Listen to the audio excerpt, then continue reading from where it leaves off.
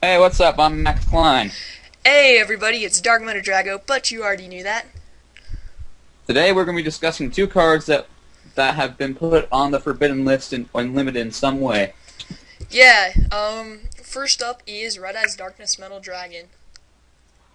Alright, so Red Eyes Darkness Metal Dragon's got 2,800 attack points, I believe somewhere around 2,000 defense points, and his effect is you can you can summon him from your hand or graveyard by removing from play a dragon on your field, and then when he's on the field, you can special summon any dragon from your hand or graveyard. Am I right?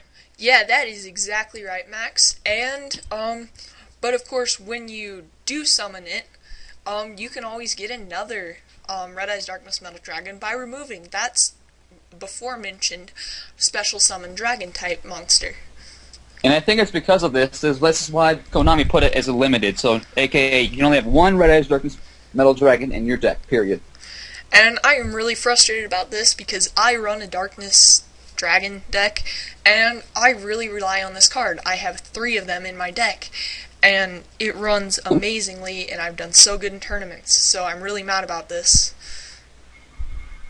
I think I agree with its limiting because cards are put on the limited list and forbidden list for certain loops. That's the number one reason why cards are put on the list these days is because there's a cheap loop. I've seen so many cheap loops with Red Eyes Darkness Metal, like you summon one, you special summon another dragon, you remove from play that. Like Michael said, you summon another one. You can just keep going. You can get like 5 monsters easily with that card if you have the right hand. Yeah, it's kind of cheap, and then, like, say you have a return from a different dimension set, yeah, it pretty much just annihilates fields. Like, I have just killed stuff with it. If there's one series of cards I would compare this card to, it would probably be the Six Samurais. Because the fact that you summon it, then you summon another one, then you summon another card and another one. It reminds me of the Six Samurais, and Legendary Six Samurais, but that's another video for a different time. I'm just saying, if I had to pick one archetype, it would be the Legendary Six Samurais that I would compare this card to. Yeah, and I also want to compare it to maybe even like the Ancient Gears, just because of Gear Town, how it like pretty much limits sacrifices. So one tribute monsters become no tribute monsters. So you can say play a Summon Skull with no tribute, but only if it's an Ancient Gear. So I kind of compare it to that because you get a lot of monsters on the field quick, and you don't have to wait for tributes. Yeah, if I had to think of one card in my deck that I would compare the effects to, think if you could special summon. So you know Cyber Dragon's ability, you know, you can special summon as long as you have no monsters on your field and your opponent has a monster. Well, think if you can use Cyber Dragon, but you can summon all 3 in one turn. Broken, right? Yep, Exactly. exactly. That's what I was thinking. Alright, and so next on the list we are going to be discussing Brionac. Alright, Brionac's a Synchro monster, Brionac the Ice Barrier. Its effect is that each card you discard a certain amount of cards, and each card you discard, you return 1 card on the field to the hand. And this card has been put on the forbidden list, aka you cannot have this card in your deck. I really disagree with this because although Brionac's effect is awesome, it's just not that good. It's not like a Goyo or a, Chaos End Dragon. It's not that good of an effect, and I don't think that it should be in the forbidden list. I think it should be limited. I totally agree with its limitation, but just not forbidden.